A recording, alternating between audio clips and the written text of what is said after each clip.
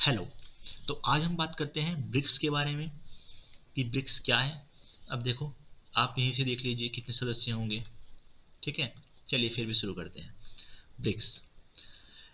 अब हुआ क्या कि 2001 में ब्रिटिश इकोनॉमिस्ट थे जिम ओनेल। उन्होंने एक वर्ड कोइन किया जिसे क्या कहा, ब्रिक। BRIC, brick.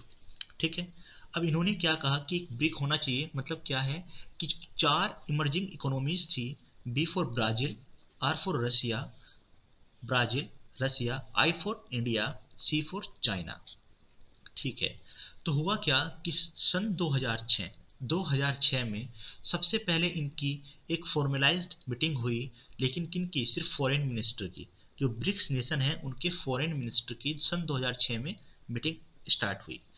2009 से इनकी पहली ऑफिशियल समिट, इनके जो प्रेसिडेंट वगैरह हैं उन्होंने मिलना स्टार्ट कर दिया। कहाँ? रसिया में। अब 2010 में हुआ क्या कि एक देश और ऐड हो गया जिसका नाम था साउथ अफ्रीका। तो ऐसे ही, एक मिनट,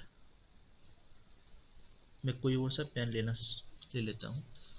ये जो ब्रिक है, ये क्या बन गया? ब्रिक्स बन गया। तो ब्रिक्स से क्या बन गया? ब्रिक्स बन गया। मतलब अब कितने सदस्य हो गए इसमें? एक ब्राजील, रसिया, इंडिया, चाइना और साउथ अफ्रीका। कितने हो गए? 5 सदस्य हो गए। ठीक है। तो ये इसकी पूरी क्या है? जेनेसिस है, मतलब उत्पत्ति है। 2001 में कहा, फिर सन 2006 में ब्रिक बना। 2009 में इनके जो प्राइम मिनिस्टर वगैरह हैं उन्होंने मिलना स्टार्ट किया रसिया में। 2010 से क्या बन गया? ये ब्रिक्स बन गया। चलिए आगे देखते हैं। अब इसके कुछ फैक्ट्स हैं। लाइक, ब्रिक्स जो है वो 5 लार्जेस्ट डेवलपिंग कंट्री का एक समूह है जो कि रिप्रेजेंट करता है 41% जो पूरे दुनिया की पॉपुलेशन है उनको, और 24% ग्लोबल जीडीपी को, और 16% ग्लोबल ट्रेड को। चेयरमैन कौन बनेगा इसका? चेयरमैन इसका जो है रोटेट होता रहता है।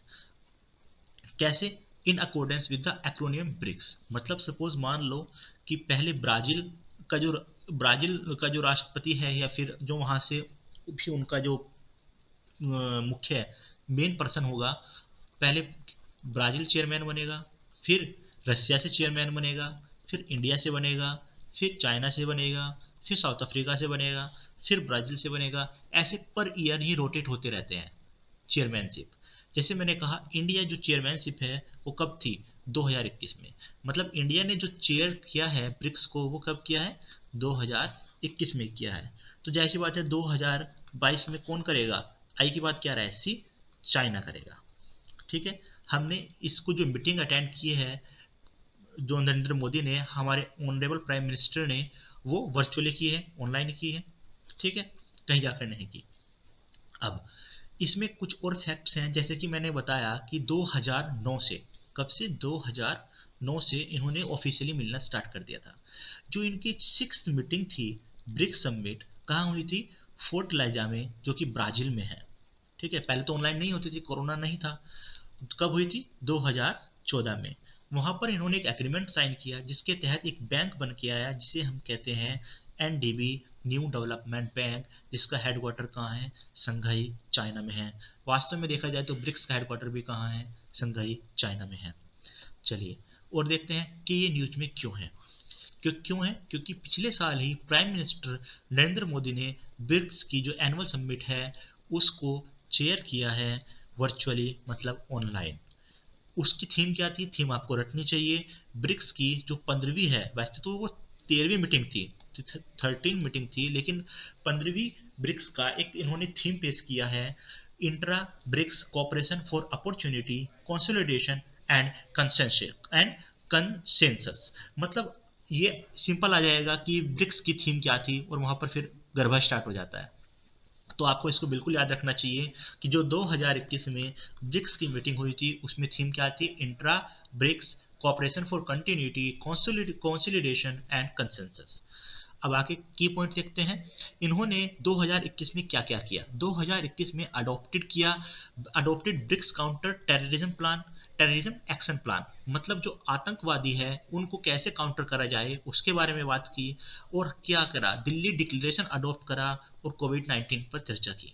अब हम देखते हैं कि दिल्ली डिक्लेरेशन क्या था। दिल्ली डिक्लेरेशन में उन्होंने बात करी कि जो यूएनएससी है उसके जो प्रिंसिपल ऑर्गन है उसमें कुछ जो नीडेड चेंजेज हैं उनको होना चाहिए। मतलब क्या है, डिक्लेरेशन कॉल रिफॉर्म किस में, यूनाइटेड नेशन में इंक्लूडिंग यूएनएससी। जैसे कि मैंने कहा ना, यूएनएससी में सिर्फ 5 ही ऐसे मेंबर हैं जो प्रिंसिपल ऑर्गन बन के बैठे हैं, परमानेंट मेंबर बन के बैठे हैं।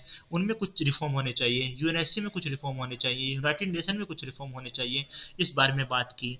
और क्या कहा कि इंक्लूसिव इंट्रा अफगान डायलॉग पास के बारे में बात करी कि जिससे कि अफगानिस्तान में क्या आए, स्टेबिलिटी आए। और किसके बारे में बात करी, Myanmar, Syria, Korea tension peninsula, Israel Palestine violence, इन सब के बारे में क्या कहा, बात करी कि यहाँ पर जो कॉन्फ्लिक्ट है वो मिनिमम होना चाहिए। ये सबको हमने क्या कहा, दिल्ली डिक्लेरेशन कहा। दिल्ली डिक्लेरेशन अडोप्ट करा गया कब, 2021 की समिट में। अब कोविड-19 पे चर्चा हुई। कोविड-19 में क्या कहा कि इंडिया और साउथ अफ्रीका ने कहा कि जो हमने डब्ल्यूटीओ में, वर्ल्ड ट्रेड ऑर्गेनाइजेशन में ट्रिप्स का जो वेवर किया है आप उसको सपोर्ट करिए। ठीक है, क्यों, ताकि हम कोविड-19 जो वैक्सीन है उसका प्रोडक्शन पूरे दुनिया भर में कर पाए, उनको भेज पाए, इसलिए। अब बात करते हैं न्यू डेवलपमेंट बैंक की। मैंने बताया न्यू डेवलपमेंट बैंक, इसका जो हेडक्वार्टर कहाँ है, संघाई चाइना में है। जो कि it was created 6th BRICS summit, 6ठी ब्रिक्स समिट में हुआ था ब्राजील में। और चाइना इसका सबसे लार्जेस्ट शेयर होल्डर है। न्यू डेवलपमेंट बैंक का सबसे बड़ा शेयर होल्डर चाइना है, उसके बाद इंडिया है, याद रखना। और ये 6ठी ब्रिक्स समिट में बना था जो कि 2014 में हुई थी। ब्रिक्स का हेडक्वार्टर भी संघाई चाइना में ही है। अब ये जो बात हुई है पूरी, ये बात हुई है ब्रिक्स के बारे में। Thank you.